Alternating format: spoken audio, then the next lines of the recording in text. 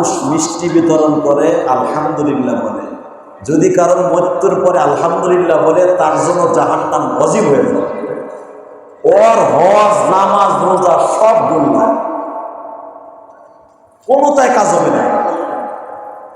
কারণ ওই লোকটার হয়তো এমন কিছু গোপনীয় গুনাহ আছে যেগুলো মানুষের দেখানো দেখতেছে, নামাজ পড়ে, হাজ করে আইছে 2-3 বার, 5 বার 7 বার উমরা করে আইছে, কিন্তু এই বদমাইশ এমন কাম করছে মানুষের সাথে, সে জানে যে ওই কাজটা করার কারণে সে বেঈমান হয়ে গেছে, এই জন্য মানুষ আলহামদুলিল্লাহ বলছে। এমন মৃত্যু আমি চাই না যে আমি মরার পরে মানুষ আলহামদুলিল্লাহ বলবে। কি মনে থাকবে তো? আপনি 2 দিনের বাহাদুরি, কোনো লাভ নাই, কোনো লাভ নাই।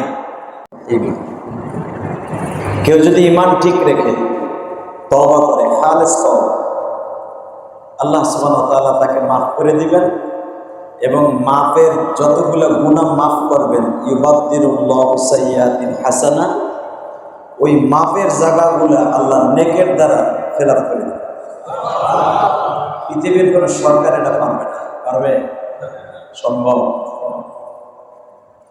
আপনি যদি একজনের কাছ থেকে ঋণ আনছিলেন, ঋণ, বিগত সরকার এত হাজার কোটি টাকা ঋণই রেখে উনি চলে গেলেন, ধরেন এখন এই সরকার, আপনাকে সহজভাবে বোঝায় যাতে বুঝবেন, কারণ অনেকে রাজনীতি নেই, বিলিয়ন কোটি টাকা ঋণ রেখে চলে গেছে আওয়ামী লীগ সরকার।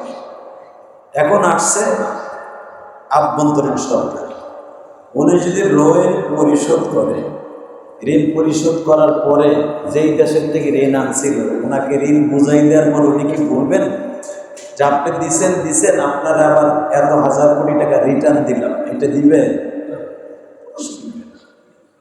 আর কিন্তু আল্লাহ সরকার এমনই একজন সরকার, ইউবাদদিরুল্লাহু সাইয়্যাতিন হাসানা, তোর যতগুলা গুনাহ আমি মাফ করবো, যত হাজার টন গুনাহ, ওই গুনার জায়গা আমি আবার নেকের দ্বারা ভরপুর করে দেব। আমি এমনই একজন বিশ্ব সরকার। অতএব উনি বলতেছেন, কাইফা তাকফুরুনা বিল্লাহি ওয়া কুনতুম আমওয়াতান ফাআহইয়াকুম সুম্মা ইউমীতুকুম সুম্মা ইউহয়ীকুম সুম্মা ইলাইনা তুরজাউন। বান্দা কেমনে আমার ভুলে যাস, কেমনে আমার সাথে নাশুকরি করিস, আমি তোরে খাওয়াই, আমি তোরে পালি, আমি তোরে সুন্দর রাখি, আমি তোরে অসুস্থ রাখি, তুই আমার সাথে নাশুকরি করিস না। কেন আমি রব তোর সব জায়গায় আছে, তোর আত্মীয় স্বজন তোর সব জায়গায় নাই, আছে? এই যে আমাদের দেলোয়ার হোসেন দিলু ভাই চলে গেলেন, ইযা মাতাল ইনসান ইনকাতা ইল্লা খালাস, আপনার আমি চলে যাব, কিচ্ছু নিয়ে যেতে পারবো। এই জামাটার দাম আছে 4,500 টাকা, আমার এই ঘড়িটার দাম আছে ধরেন 5,000 টাকা। আমি এখন মারা যাব, আমার এই ঘড়িটা বড় তোলাই করবো, আমার এই ঘড়িটা আমার আব্বা ব্যবহার করছে, এটা আমি স্মৃতি হিসাবে পড়ি। কি বলেন? এই জামাটা আমার আব্বারে দেখতাম, এটা পরে ওয়াশ করতো, আমার আব্বার ঘাম লাগানো আছে, আমি এই জামাটা লয়ে যাব। আমার এই পায়জামাটা আমার ছোট ছেলে বলবে এটা আমার আব্বা পরছে, এটা আমি পড়ি। কথা বলেন না কেন? হ্যাঁ, তাহলে বোঝা গেছে আমার শরীরে যা কিছু আছে পা থেকে মাথা পর্যন্ত কোনোটাই আমার, হ্যাঁ, কোনোটা আমার। এই জন্য রাসূল বলছেন, ইযা মাতাল ইনসান ইনকাতা, মানুষ যখন মারা যায় তার সব বন্ধ হয়ে যায় আমলের দরজা, ইল্লা মিন সালাস। 3টা জিনিস তার চালু থাকে। কয়টা? 1 নম্বরে যে খারাকান্দি মাদ্রাসার মুহতামিম চলে আসছেন, শাইখুল হাদিস এন্ড প্রিন্সিপাল, হাজার হাজার ছাত্রের উস্তাদ তিনি এমনি এমনি আসে নাই, এদের মতো মুহাদ্দিস আনতেও অনেক টাকা খরচ হয়।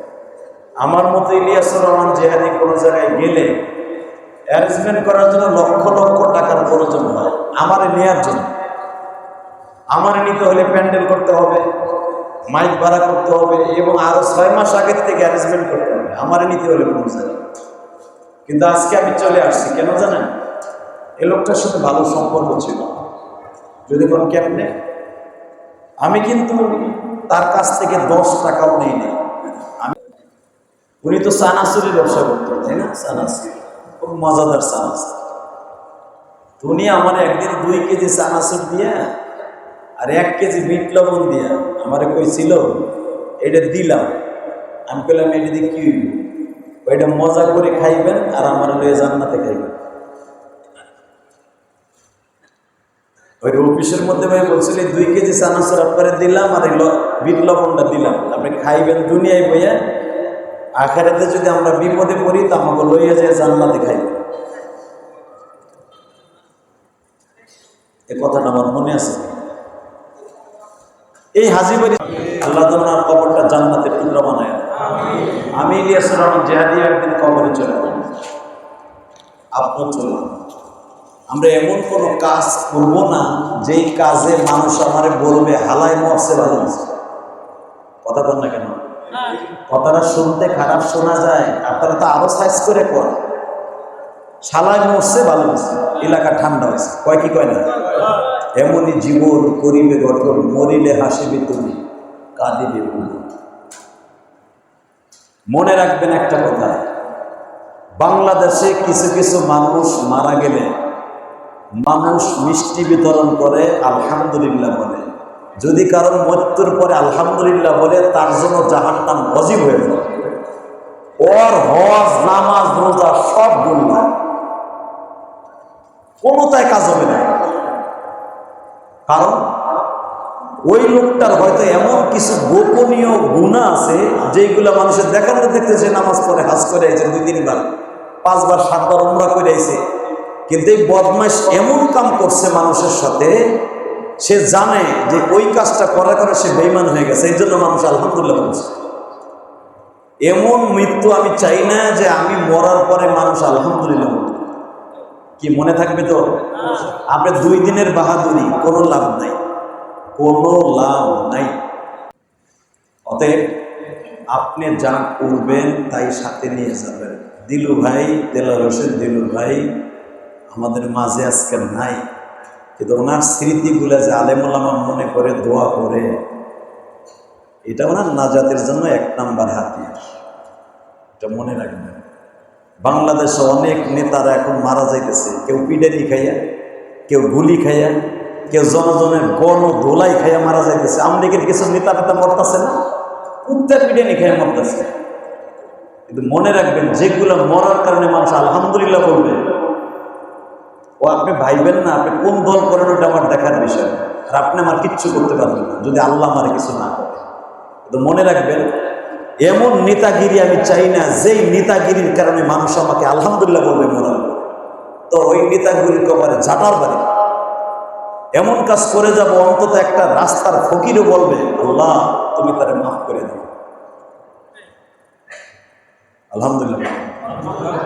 এমন মরণ আমরা চাইতো ইনশাল্লাহ। এমন মরণ মরতে হইলে 3টা কাজ করতে হবে। কয়টা? সারা জীবন মনে রাখবেন। এই ওয়াজ শুনছেন, আজকে আবার আমি 2 মিনিট শোনাই দিই।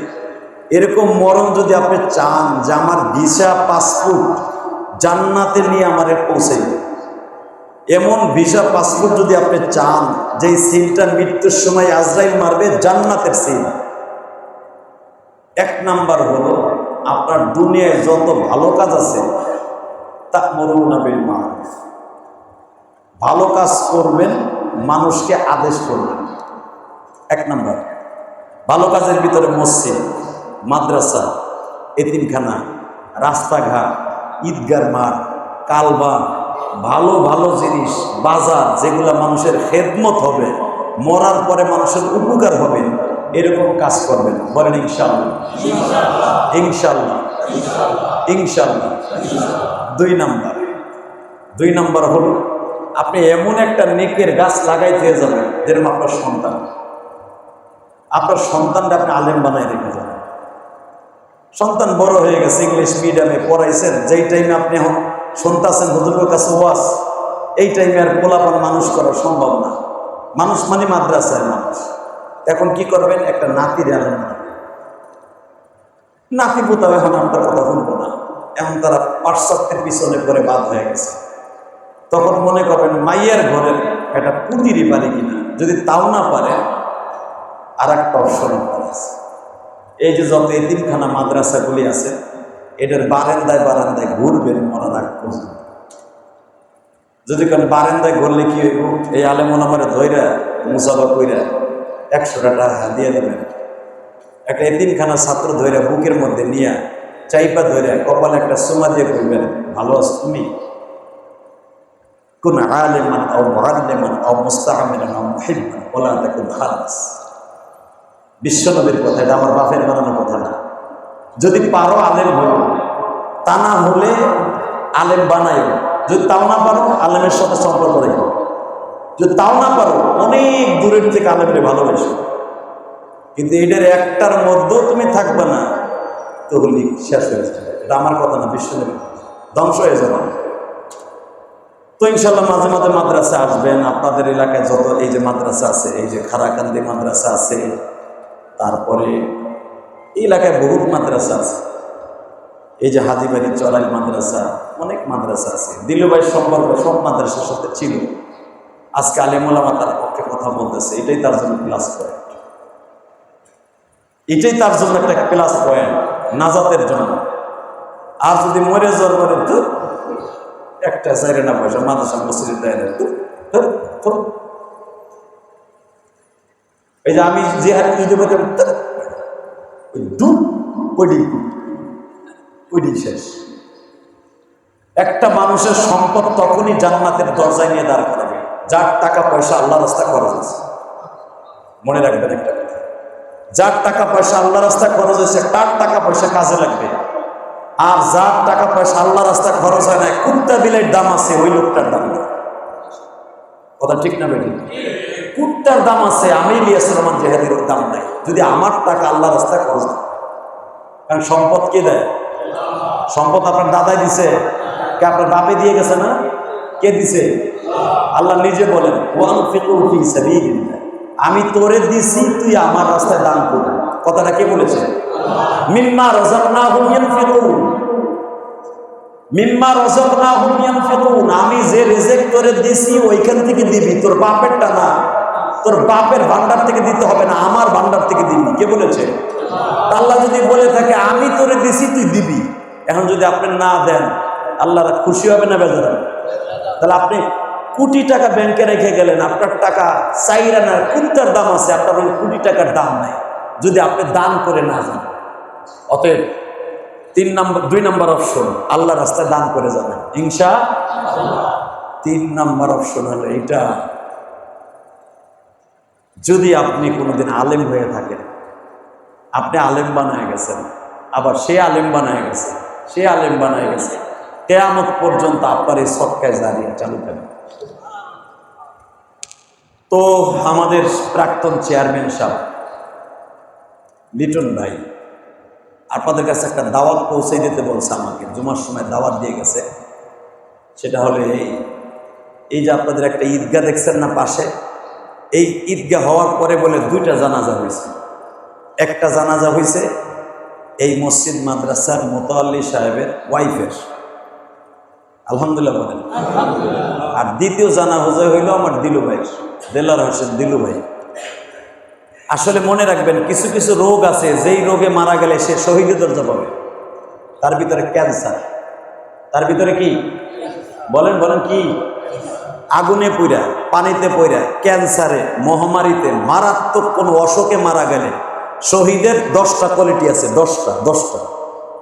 10টা কোয়ালিটির ভিতরে একটা কোয়ালিটি রাসূলের হাদিসের তাওজিতে আসছে, কেউ যদি মারাত্মক রোগে আক্রান্ত হয়ে মারা যায়, তার ভিতরে সবচাইতে বড় মারাত্মক রোগ পৃথিবীতে এখন ক্যান্সার। ক্যান্সার রোগের নাই কোনো অ্যান্সার। বোঝেন না আমার কথা? এইটা যদি কেউ মারা যায়, নামাজ যদি কাজা না থাকে, এই লোকটা যদি ঈমান নিয়ে মারা যায়, শাহাদাতের দরজা পাবে। তা আমি শুনছি দিলু ভাই দীর্ঘদিন পর্যন্ত ক্যান্সার রোগে আক্রান্ত ছিল এবং উনি গোপনীয়ভাবে আমার হাত ধরে একদিন কাঁদছিলেন যে আমি দোয়া করি আল্লাহ আমার শত্রুর জন্য ক্যান্সার না। তাহলে তার কলিজার ভিতরে কত যন্ত্রণা ছিল, তার কলিজার মধ্যে কত যন্ত্রণা ছিল। এই ব্রিজ তখন ছিল।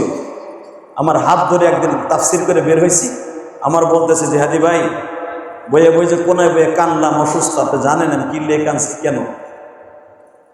ঘনে যেমনে খায়, ঘন পোকায় যেমনে খায়, আমার কলিজার ভিতরে এইভাবে যন্ত্রণা করতেছিল। আমি কিন্তু একজন ক্যান্সারের পেশেন্ট। আমি খাস করে গোপনীয়ভাবে দোয়া চাই। আপনি তো হজে যাইতেছেন, দোয়া করেন। কথাটা মনে পড়লো, রাসূল সাল্লাল্লাহু আলাইহি ওয়াসাল্লাম যে বলছে মারাত্মক রোগে মারা গেলে সে শাহাদাতের দরজা পাবে, বিনি হিসাবে জান্নাতে যাবে। যদি আমি ইলিয়াস রহমান যদি দোয়া দিলুবের জন্য নাও করি, সে জান্নাতে যাবে। সে জান্নাতে যাবে কেন জানেন? সে মারাত্মক রোগে আক্রান্ত হয়ে মারা গেছে। ক্যান্সারে কেউ যদি মারা যান, শাহাদাতের দরজা পাবেন। কেউ যদি ডায়াবেটিসে ভুইগা মারা যান, পয়সা আছে না অনেক রে, ডায়াবেটিসে হাত পা পয়সা যায় না? বোঝেন নাই মনে আমার কথা। ডায়াবেটিসে হাত পা পয়সা যায় না?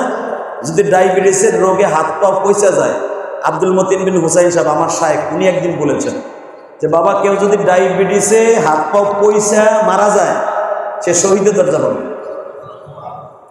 কারণ অসুস্থ অবস্থার একটা সেকেন্ড, সুস্থ অবস্থায় 1 বছরের সময়। জীবনে কয়েকটা লোক না বুইগা মারা গেছে। অনেকে কয় হুট বেড়া বিছানে পইরা বুইগা গুমুত খাইয়া মরছে, কি আকামটা জানি করছে। কয় না এটা গালের চল ফাটা হালাবো শিল্পপতির গোষ্ঠী কিনে। এই কথা বলার সাথে আপনি বেঈমান হয়ে মরবেন। কেউ যদি অসুস্থ হইয়া ঘরে গুমুত খয়া মারা যায়, একটা হঠাৎ করে সুস্থ লোক যদি মারা যায়, 500 বছর আগে জান্নাতে যায়। আপনি জানেন একটা অসুস্থ অবস্থায় লোক মারা গেলে তার কত দাম আল্লাহর কাছে? সেকেন্ডে একটা অসুস্থ মানুষের কোটি গুনাহ ঝরে যায়। এই যে ডায়াবেটিসের রোগ নিয়ে যারা পাইলে ঘুরতেছেন, সেকেন্ডে আপনার গুনাহ মাফ হয়ে গেছে। আপনি তো জানেনই না। অতএব অসুস্থ হয়ে মারা যাওয়ার চাইতে বড় নেয়ামত পৃথিবীতে আর কিচ্ছু নেই। আল্লাহর রাসূলও অসুস্থ হয়ে মারা গেছে। আপনি কি ভাবতেছেন? কথা শেষ করে দেবো, এখন দোয়ার দিক চলে যাবো। শুধু একটা কথা বলি শেষ করব। যারা অসুস্থ আছেন বেশি তওবা করবেন ইনশাআল্লাহ। বলেন বেশি তওবা করবেন। কেন তওবা করবেন? সুস্থ জীবনের ওই কথা মনে করে আল্লাহর প্রশংসা করবেন। আলহামদুলিল্লাহ, আল্লাহ 25 বছর বয়সে কত ভালো ছিলাম, হাডুডু খেলতাম, আমার 3 জন সাইবে ধরে রাখতে পারতো না। আর এখন লাঠিতে ভর দিয়ে হাঁটি, একদিকে গেলে আর একদিক সিতে হয়ে যায় করি। আল্লাহ তারপরে তুমি বাঁচাই রাখছো, আলহামদুলিল্লাহ। যদি এই একটা কথা করেন না, আমার মালিক খুশি হইয়া আপনার যদি এই অবস্থায় মারা দেয়, আপনিও শহীদের দরজা পাবেন। আর যদি আপনি এই অবস্থায় অসুস্থ হন, আবার অসুস্থর কোয়ালিটি আছে, ভালো করে মনে করেন। আপনি মদ খাইয়া, গাঞ্জা খাইয়া, হিরোইন খাইয়া, আপনি হারাম খাইয়া, সুদ খাইয়া, ঘুষ খাইয়া, নারী বুড়ি পচাইয়া, প্লাস্টিকের নারী সিঙ্গাপুর থেকে লাগাইয়া না আপনি অসুস্থ হয়ে মরছেন, আল্লাহর কাছে চাইলে না রোজা।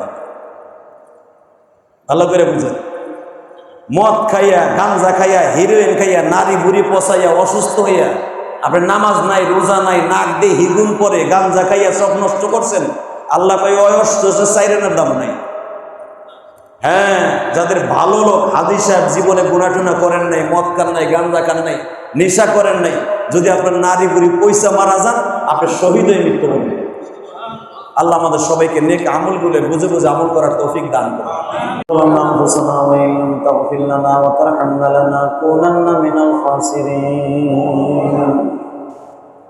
ربنا فاغفر لنا ذنوبنا وكفر عنا سيئاتنا وتوفنا مع الأبرار ربنا هب لنا من أزواجنا ذريتنا قرة أعين واجعلنا للمتقين إماما اللهم اغفر لنا ولوالدينا رب ارحمهما كما ربياني صغيرا رب العالمين রহমতের নজরে তাকায় দেখেন মা হারা কিছু সন্তান, বাপ হারা কিছু সন্তান, অনেকে আছে মাও নাই, বাবাও নাই। এতিম হাত তুলে আপনি কবুল করতে না পারলে লজ্জা পান।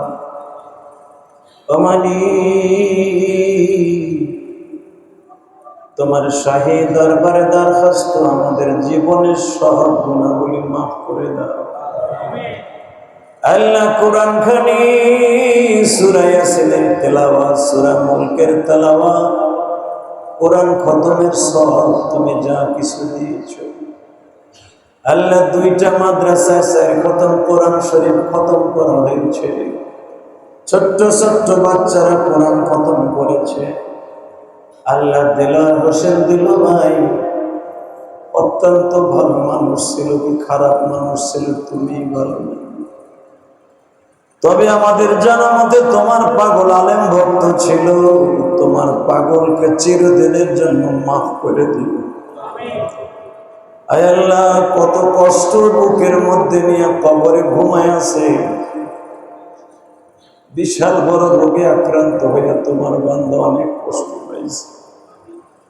যেই কষ্টের খবর তুমি ছাড়া কেউ জানে না মালিক, দুঃখে দুঃখে কত কষ্ট করে দুনিয়ার থেকে গেছে, তুমি তার জীবনে আর কোনো কষ্ট দিও না আল্লাহ। এখানে অনেক মানুষ আছে অসুস্থ, অনেকে আছে বার্ধক্যে চলে আসছে, অনেকে অসুস্থ বাবাজি আছে, দাড়ি ভাগা মুসলমান আছে। মেহেরবানি করে এদের জীবনের গুনাহগুলি মাফ করে দিও, এদেরকে ঈমান নিয়ে কবরে যাওয়ার তৌফিক দিয়া,